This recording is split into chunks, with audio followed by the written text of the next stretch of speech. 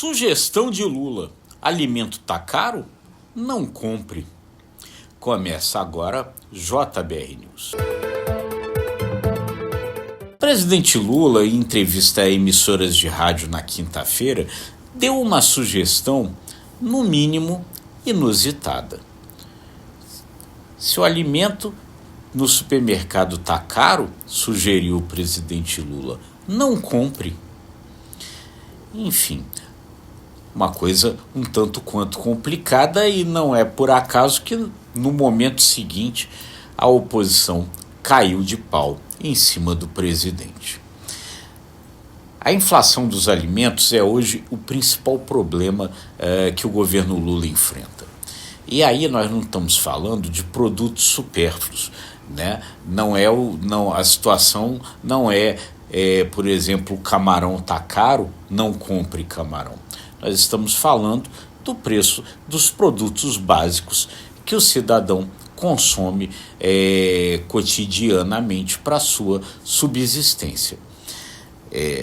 Se a carne, o frango, o ovo e o porco estão caros, qual é a proteína que o consumidor vai deixar de comprar e qual ele vai passar a comprar, seguindo aí a tal sugestão do presidente? Se o arroz e o feijão estão caros, o consumidor vai parar de consumir os produtos básicos da sua dieta tradicional para comprar alguma outra coisa?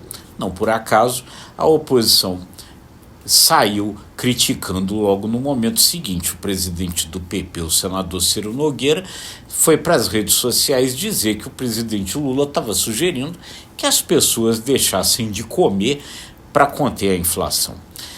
Enfim, uma derrapada do presidente nessa entrevista, né? Dizer que o problema da inflação é um problema de educação das pessoas, que precisam se educar para não consumir aquilo que está caro. Se não consumindo, as coisas cairiam de preço. Pode ser até verdade que as coisas tenham subido porque a economia cresceu, porque tem mais gente trabalhando, porque o desemprego caiu, coisas que o presidente Lula falou em seguida. Mas considerar que a alta da inflação é culpa do consumidor é inverter o jogo. A alta da inflação torna o consumidor vítima e não culpado por ela. Enfim, uma derrapada do presidente que mostra que ainda há, sem dúvida nenhuma, muitas coisas a consertar na comunicação de governo. Algumas foram consertadas, outras ainda precisam. A entrevista coletiva que o Lula deu na semana passada aos setoristas do Palácio do Planalto, considerado um grande momento ali de recuperação.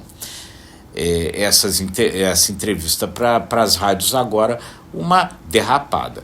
Quer dizer, ficou claro que o presidente, que é interessante que o presidente volte a falar aos setoristas que o acompanham o tempo todo, mas talvez o governo deva avaliar se essas entrevistas, que eram um modelo muito utilizado anteriormente, o presidente Lula falar para essas rádios menores imaginando que os jornalistas ali irão confrontá-lo menos, porque, enfim, as emissoras são menores, não estão tão acostumadas a falar com o presidente. É preciso avaliar se essa realmente é uma tática correta. Mas algumas coisas estão sendo consertadas, e uma que se observou aí de conserto nesses últimos dias foi que o PT e áreas internas do próprio governo pararam de bater no ministro da Fazenda, Fernando Haddad. Parece que aquela dura crítica que o presidente do PSD, Gilberto Kassab, fez, dizendo que o Fernando Haddad era um ministro fraco, sacudiu as entranhas do governo. Porque realmente o Fernando Haddad, o Gilberto Kassab pode ter sido duro, mas ele acabou falando uma verdade. Se o ministro da Fazenda, um dos principais nomes do governo, é atacado dentro do próprio partido do governo PT e por outros partidos da própria base, isso evidentemente o enfraquece. Se o governo permite que isso aconteça, está enfraquecendo o ministro. E aí a gente precisa lembrar o seguinte, que tudo aquilo que o Fernando Haddad faz, em tese, tem o aval do presidente Lula. Então, quando se fala de ministro enfraquecido, na verdade está se falando de presidente enfraquecido, porque se Haddad faz coisas sem a aval do presidente, quem está fraco é o presidente e não o seu ministro da Fazenda.